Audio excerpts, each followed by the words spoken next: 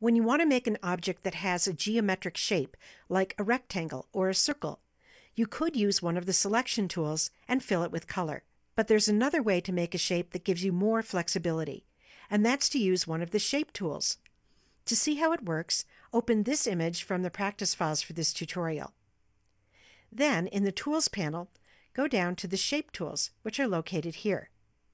Click the Flyout menu to see the different shape tools.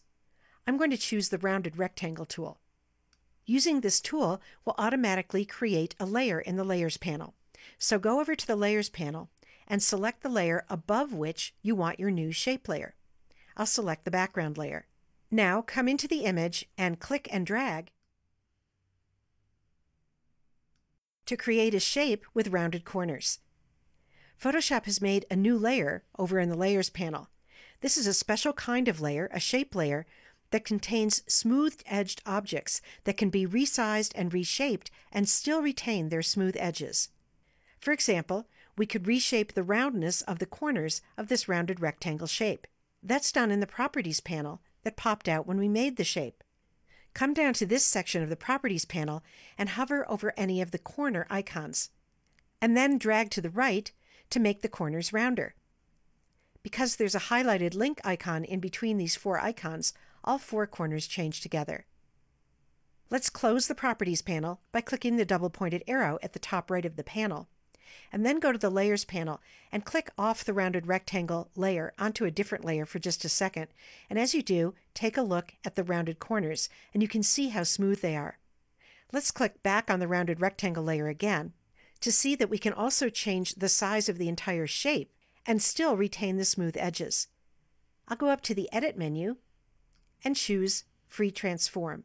And this time it says Free Transform Path because Photoshop knows what kind of object we have on this layer. Hold down the Shift key to constrain proportions and the Option key, that's the Alt key on Windows, to resize the shape from the center out. And then go to any of the corners and drag outward, and you can make the shape bigger. And while we're still in Free Transform, let's change the shape of this shape. I'll go to the bottom edge of the shape and I'll drag up. And then let's accept these changes by going up to the Options bar and clicking the check mark. Now, if you go back to the Layers panel and click on another layer, you can see that the edges of the shape are still smooth. Let's click on the rounded rectangle layer one more time to move the shape into place. I'll go to the Tools panel and I'll get the Move tool, and then I'll click and drag the shape using the pink Smart Guides that appear to align it to the other elements in the image. One of my favorite things about shape layers is the way that you can change the color of a shape layer on the fly. Go over to the Layers panel and double-click on the thumbnail on the rounded rectangle layer. That opens the color picker. As long as the color picker is open, when you move out into the image, your cursor changes to an eyedropper, and you can click on any part of the image to sample the color from there and automatically color your shape. Click OK to close the color picker. And you can reopen the color picker anytime the same way and choose a different color for your shape. In many ways, a shape layer acts just like any other layer. For example, you can change the opacity of a shape layer.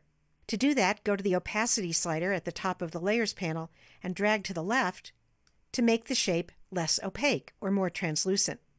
When you're ready to save an image that has shape layers, be sure to use the Save As command and save the working file in a format that retains layers, like the Photoshop or PSD format. That way, your shape layers will be available the next time you open the file so you can make changes to them. Take some time to experiment with some of the other shape tools that are located in the same place in the Tools panel, like the Ellipse tool, which you can use to make ovals and circles. Coming up, we'll explore the Custom Shape tool and discover lots of custom shapes that come with Photoshop that you may not know you have.